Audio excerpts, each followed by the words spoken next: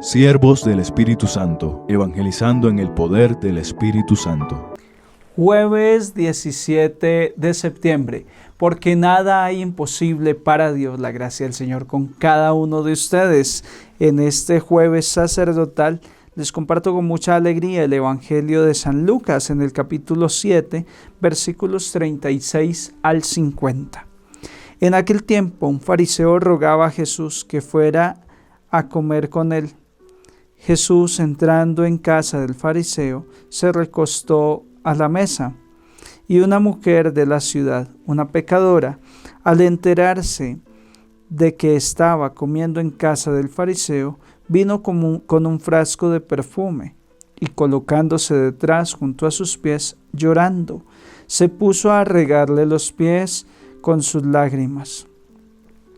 Se los enjugaba con sus cabellos, los cubría de besos y se los ungía con el perfume. Al ver esto, el fariseo que lo había invitado se dijo: si este fuera profeta, sabría quién es esta mujer que lo está tocando y lo que es, una pecadora. Jesús tomó la palabra y le dijo: Simón, tengo algo que decirte. Él respondió: dímelo, maestro. Jesús le dijo: un prestamista tenía 2 deudores, uno le debía 500 denarios y el otro 50. Como no tenían con qué pagar, los perdonó a los 2. ¿Cuál de los 2 amará más? Simón contestó: supongo que aquel a quien le perdonó más. Jesús le dijo: has juzgado correctamente. Y volviéndose a la mujer, dijo a Simón: ¿ves a esa mujer?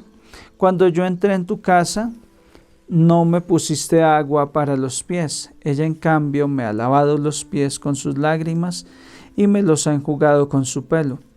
Tú no me besaste. Ella, en cambio, desde que entró, no ha dejado de besarme los pies. Tú no me ungiste la cabeza con ungüento. Ella, en cambio, me ha ungido los pies con perfume. Por eso te digo, sus muchos pecados están perdonados, porque tiene mucho amor. Pero al que poco se le perdona, poco ama. Y a ella le dijo: tus pecados están perdonados. Los demás convidados empezaron a decir entre sí: ¿quién es este que hasta perdona pecados? Pero Jesús dijo a la mujer: tu fe te ha salvado. Vete en paz. Palabra del Señor. Gloria a ti, Señor Jesús. Hoy vamos a hablar del perdón de pecados. Jesús, que perdona pecados. ¿Quién es este que perdona pecados? Que le ha perdonado todas sus faltas a la mujer pecadora y le ha dicho: tu fe te ha salvado. Es Jesús de Nazaret que perdona los pecados. Y a propósito, al hablar de pecados, hablemos de aquella frase que lanza Jesús: hay un pecado que no se puede perdonar. ¿Cuál es? El pecado contra el Espíritu Santo. ¿Y en qué consiste? Es aquel pecado de orgullo, de soberbia o desconfianza en el ser humano, que consiste en no pedir perdón a Dios. No le pido perdón a Dios porque no siento la necesidad de que Dios me perdone. Yo soy una persona buena. El único pecado que Dios no perdona, el pecado contra el Espíritu Santo, es aquel pecado por el cual yo no me arrepiento y no pido perdón. Ese es el pecado contra el Espíritu Santo. De resto, todo pecado será perdonado. Aunque haya sido la mujer más pecadora que se ha dedicado toda su vida al pecado, Dios la perdona. No tiene problema porque está arrepentida, porque está llorando, porque hay contrición de corazón. Dios la perdona. Dios no perdonará aquello de lo cual no estemos arrepentidos. Dios solo limpiará aquello que presentemos delante de Él para que sea limpiado y transformado. Dios quiere perdonarte, Dios quiere sanarme, pero no hay peor ciego que el que no quiere ver, peor sordo que el que no quiere oír. En Dios está el recurso total para perdonar, pero si yo no me siento necesitado de ese perdón, no experimentaré el perdón. ¿Por qué te cuesta amar? ¿Por qué no amas tanto a Dios?